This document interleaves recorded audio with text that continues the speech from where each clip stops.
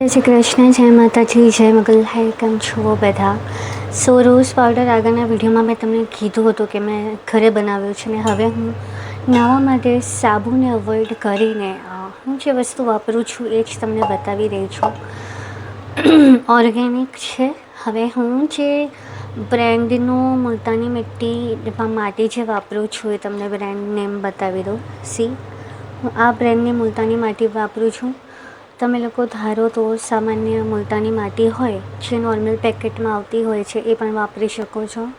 એ સાથે હું જે ચંદન પાવડર વાપરું છું જે બ્રેન્ડનો, તે આ છે બ્રેન્ડ, જોઈ લો તમે.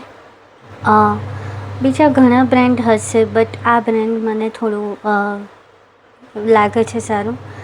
મુલતાની માટી મેં લઈ લીધી છે. ચંદનનો પાવડર પણ એડ કરી લીધો છે. જુઓ, મસ્ત ચંદનનો પાવડર છે.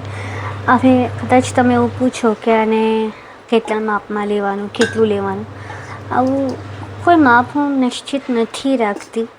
જેટલું મને મન થાય એવી રીતે હું કરતી હોઉં છું. તમારા સ્કિનને સૂટેબલ જે હોય, તમારા મનને જે સૂટેબલ હોય એ રીતે તમે આને યુઝ કરી શકો છો. હવે આપણે આને સરખા પ્રમાણમાં મિક્સ કરી લઈશું.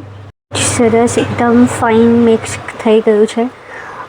રોઝ પેટલ મેં દરદરું એટલે રાખ્યું છે કારણ કે તમે તમારા ફેસને સ્ક્રબ કરો તો તમારા હેર હોય રિમૂવ થઈ શકે, ડર્ટ રિમૂવ થઈ શકે, એના માટે જ મેં એ રીતે રાખ્યું છે. તમને આ પાવડર કેવો લાગ્યો એ હવે હું મારા ફેસ પર બતાવીશ અને તમને જાતે ખબર પડશે કે ખરેખર આ વસ્તુ ઉપયોગી છે કે નહીં, એ તમે મને જાતેથી જણાવજો.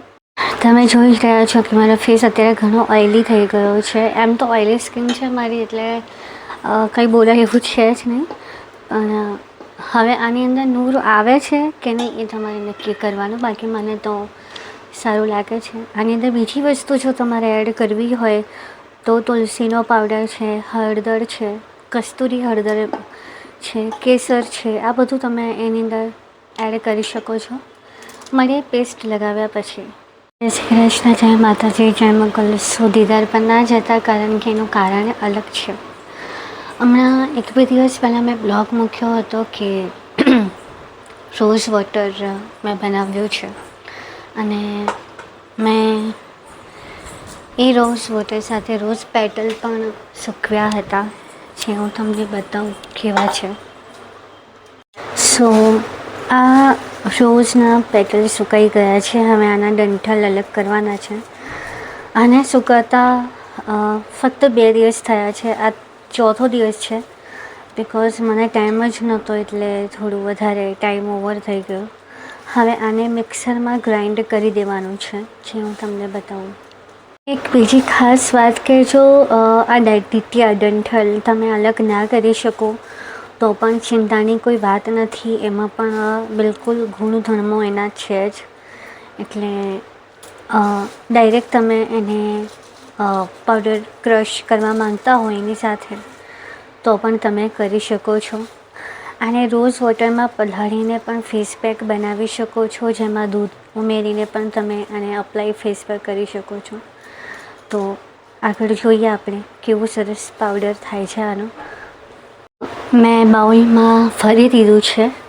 એક ખાસ ધ્યાન રાખજો કે બાઉલ હંમેશા કોરું હોવું જોઈએ. જરાક પણ ભેજવાળું હશે તો એ પાવડર તમારો સરખો નહીં બને. હું આને ડંઠલ સાથે જ કરવા ઈચ્છું છું. એ મારો પોતાનો પર્સનલ ઓપિનિયન છે, એટલા માટે તમે તમારી રીતે નિર્ણય લઈ શકો છો. હવે તમે જોશો કે કેટલું સરસ પાવડર ફોર્મ થઈ ગયો છે. બહાર જે મળે છે એના કરતાં તો આ ડેફિનેટલી ઓર્ગેનિક જ કહેવાય. આ થોડું દરદરું મેં રાખ્યું છે. 2 ભાગમાં મેં આને પીસ્યા હતા. હવે આની અંદર હું એકચ્યુઅલી બનાવી રહી છું ફેસ પેક આખો, મુલતાની માટી, ચંદન પાવડર બધું મિક્સ કરીને. તો એ પણ હું તમને બતાવું છું. તમને આ રોઝ પાવડર મેં બનાવ્યો ઘરે, એ કેવું લાગ્યું એ મને જણાવજો.